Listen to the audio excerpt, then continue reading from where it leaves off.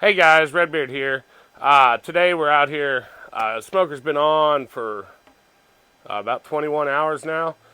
We just pulled the brisket off. It's resting inside. I got some pork butts and pork ribs. But I had some guys asking me a few questions about this smoker. So this smoker here, me and my buddy Joe, back in I think around 2014, we built this out of a like a surplus muffler. It's for Cat 3500 series, 3516 to be exact. So what we had this muffler, and we didn't have any drawings or blueprints or anything.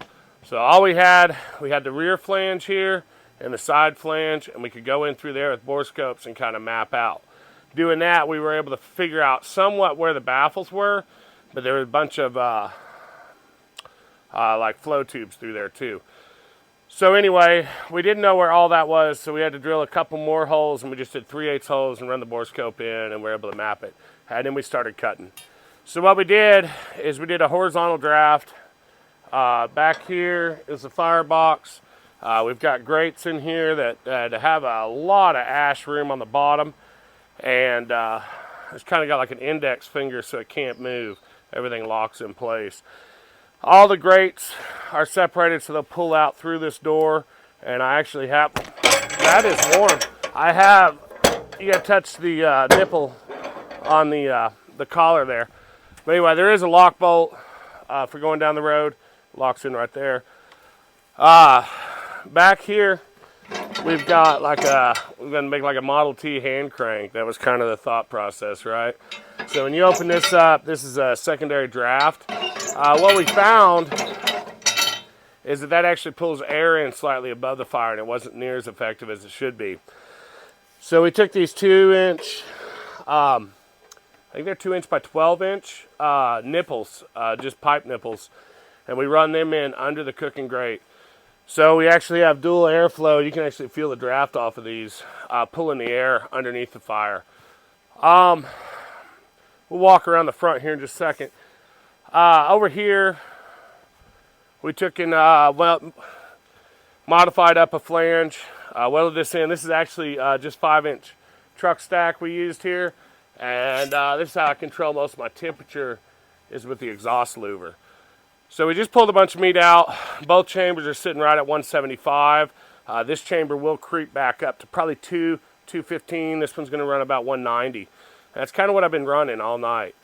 And it does really good. I've got this hand tiller here. I'll show you a little bit better from the other side. But that controls like an internal baffle between the two chambers.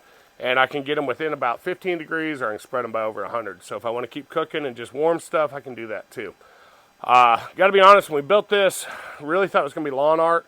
Had no expectation that it was going to work. And after we got done, it works far better than any smoker I've used. I really like it.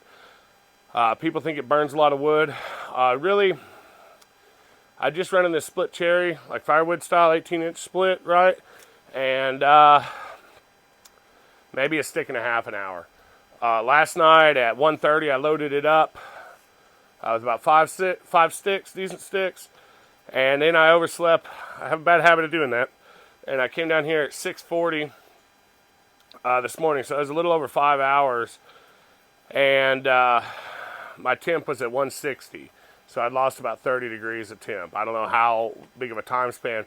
But it was also like 39 degrees and drizzly last night. So that takes its toll. There's a lot of surface area that pulls the heat out. So I got down here this morning, didn't have to use the leaf blower, didn't have to add coal, nothing, just used my little poker stick there, played with the embers, and lit the wood back off. So if you come around here, you've probably noticed this up here on the top. This was, we made like a flat top. I simmer my own sauces. We've been known to cook lunch up here. You can cook beans, chili, whatever. And so what we did, we cut and sunk this, there's a little metal tabletop's what it was. I got some holes drilled in it so water doesn't stand. But anyway, I've got a piece of aluminum in there. We can set a pan on or whatever you want to do. So you can actually cook on top of this because that's just wasted heat.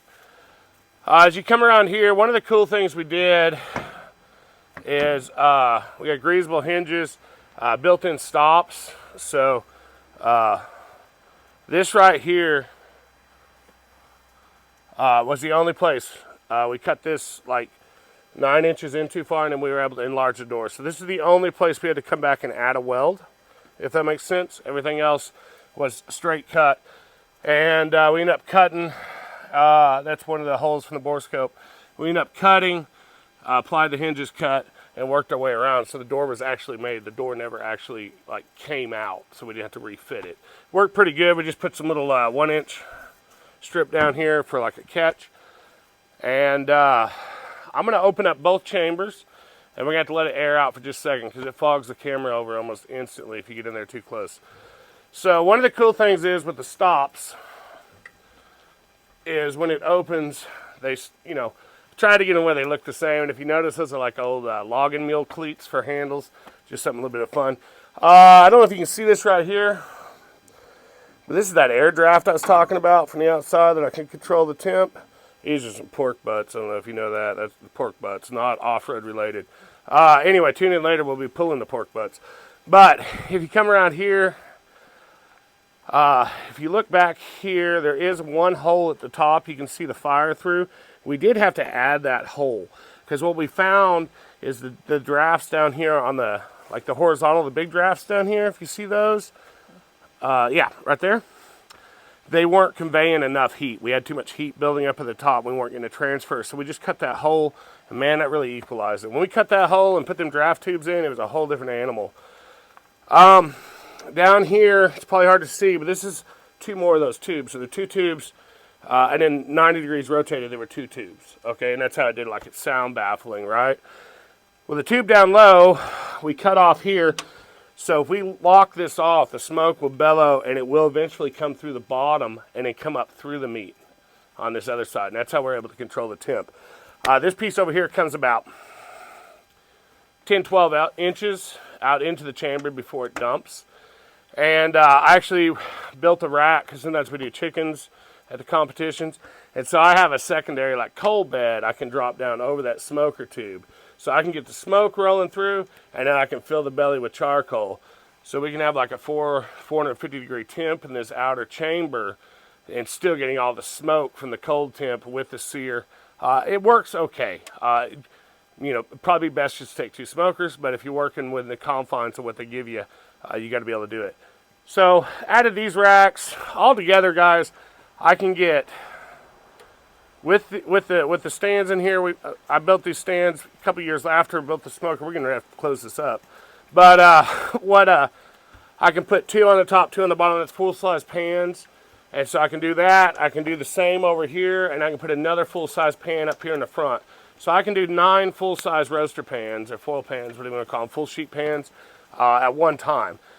Now, in a couple weeks, we're cooking for the church. We're going to do a full pig. I forget how many pounds dressed. I think it's supposed to be 180 dressed. It's pretty good size. But we're going to have to quarter it so I can manage it. Because I have this center chamber here. And, but that's it, guys. I mean, that, even the legs here that the muffler sits on, the smoker sits on, these are like the application legs, like how it would come. And so we were able to reuse that. It's just kind of, it's on this old camper frame trailer for the time being. Makes it maneuverable around the yard and everything. And funny thing on that, that's an 8,000 pound torsion axle that might have sheared off under load going down the road. Good times. I don't let anything go to waste. I just keep reusing it. And I don't, the front's just smooth. I tell you what, the only thing that I want to do to the smoker that I never did, if you look up there, I always thought about doing like a little propane tank with a pilot, and then plumb the tube up the exhaust, and have like the pilot about 2 inches under the lip of the stack, right? So it wouldn't be visible. Have like an electric barbecue igniter, and just keep that lit. But what I thought would be cool would be to run like a 1/4 inch tube bypass line with a spring-loaded slam handle, so I could like blow a fireball out the top of the stack. I always thought that'd be kind of fun. And if you could control it good enough with the regulator, you could actually light a flame at the top of the stack, and that would help with the draft process and actually feed your fire more. So as dumb as it sounds, I think you could get kind of a Ventura going on and have a flame at the exhaust to make your smoker run hotter. I always thought it'd be kind of cool to do, but we haven't done it yet. Man. Starting to rain. I don't know if y'all saw this. Look at that. Look at that. It's finally on, guys. finally got them attached. Look at that. Thanks, Dan. They look great. Man, they look great. Went on super easy. What's going on over here? Then we have to come back and revisit that. That looks pretty sketchy. Man, somebody went shopping. Harbor Freight loves us. But anyway, guys, we'll catch up on that. Let's walk back in here. Let's get out of the rain. Woo! Anyway, all right. It's probably more of me than you wanted to see. Both you at home and the camera person. Pay no attention to this. I'll just stand here until we get past it. I don't want to say there's a stack of boxes behind me, but there might be a stack of boxes behind me. So look, guys, this is the lift table. It's also my meat prep table. It's a little bit of everything. That is the brisket. So, it's one of the main reasons I'm still married. The wife, the accountant, she seems pretty fond of the brisket. So you wonder how a guy like me gets so many hobbies and whatnot. Well, it helps if your wife likes them. Helps a lot if she's hooked on brisket, because you can get away with about anything you want on a smoker as long as you can turn out a brisket at the end of the day. So anyway, guys, I got this pulled off. Man, she's starting to firm up. That's the goal. I'm going to let her sit here at room temperature for about an hour. I'm going to cover it up, throw it in the fridge for about 3 hours. And what I want to do is I want to make it rigid enough I can quarter it. And I got more in this pan, too. There's more brisket. But I'm going to quarter it, and then we're going to run it through a meat slicer. So we got a lot of people to feed tomorrow. I got this brisket. I got about half this much again over here, and a little corned beef. We got 4 racks of ribs for the people that are going to help us out tonight. And then we got like 11 plus pound pork butts. And then we may have 80 pounds of chicken wings that are refusing to thaw. So that's going to be fun as well. But anyway, guys, hope that answers some questions about the Critter Crematorium. Honestly, it was probably, I would say it was probably my first real fab project. And working with Joe, learned a lot from him. And we still talk quite a bit. And, but, man, I love that smoker. So anyway, hopefully that shows. But she's turned out a lot of meat. But anyway, guys, have a great afternoon. Enjoy your weekend. Talk to you in a bit.